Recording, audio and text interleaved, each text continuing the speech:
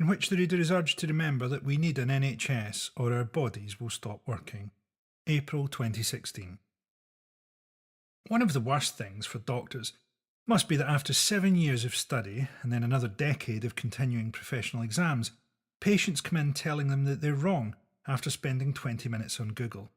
So imagine how doctors must feel about Jeremy Hunt, who hasn't even had the decency to go on the internet. Consider how desperate these doctors are, so desperate that they want to talk to Jeremy Hunt. Even Hunt's wife would rather spend a sleepless 72 hours gazing into a cracked open rib cage than talk to him. Hunt won't speak to the doctors, even though doctors are the people who know how hospitals work. Hunt's only other job was founding Hot Courses magazine. His areas of expertise are how to bullet point a list and make dog grooming look like a viable career change. Of course, the strikers are saying this is about safety, not pay, as expecting to be paid a decent wage for a difficult and highly skilled job is now considered selfish. Surely expecting someone to work for free while people all around them are dying of cancer is only appropriate for the early stages of the X Factor.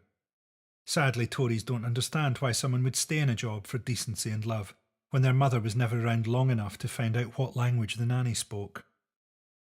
The fact that Hunt wrote a book about how to dismantle the NHS makes him feel like a broad stroke and a heavy-handed satire.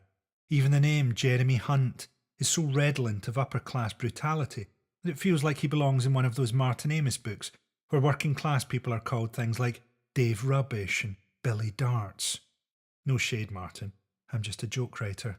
I envy real writers. Their metaphors and similes taking off into the imagination sky like big birds or something. Indeed, he's so overtly ridiculous that Jeremy Hunt might be best thought of as a sort of rodeo clown, put there simply to distract the enraged public. I sympathise a little with Hunt.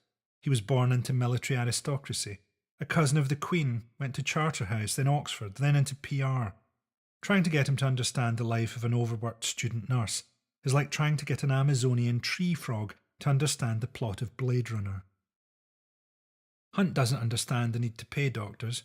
He's part of a ruling class that would happily scalpel out a prostitute's womb as part of a stag weekend. He comes from a section of society that don't understand that the desire to cut someone open and rearrange their internal organs can come from a desire to help others, and not just hereditary syphilis. The government believes that death rates are going up because doctors are lazy, rather than because we've started making disabled people work on building sites. Indeed, death rates in the NHS are going up, albeit largely amongst doctors. From the steel mines where child slaves gather surgical steel, all the way up to senior doctors working 36 hours on no sleep, the most healthy people in the NHS are actually the patients. This is before we get to plans for bursaries to be withdrawn from student nurses, so that we're now essentially asking them to pay to work. Student nurses are essential, not only as they're a vital part of staffing hospitals, they're usually the only people there able to smile at a dying patient without screaming, "Take me with you!"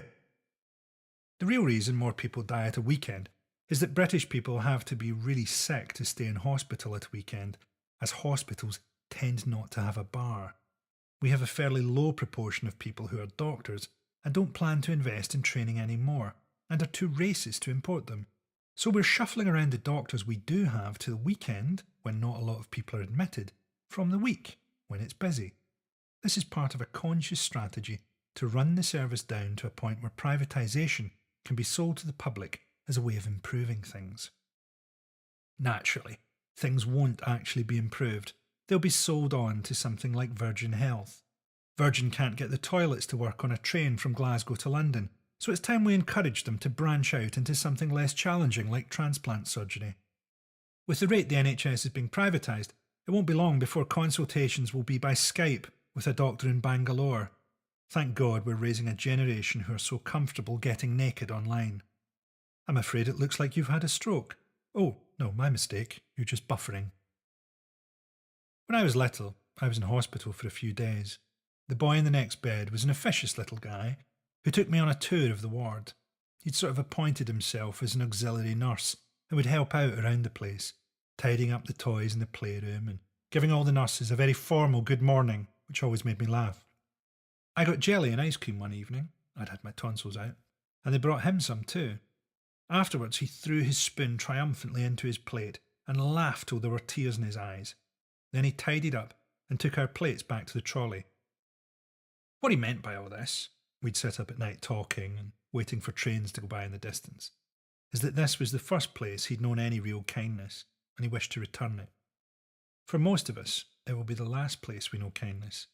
How sad that we have allowed it to fall into the hands of dreadful people who know no compassion, not even for themselves.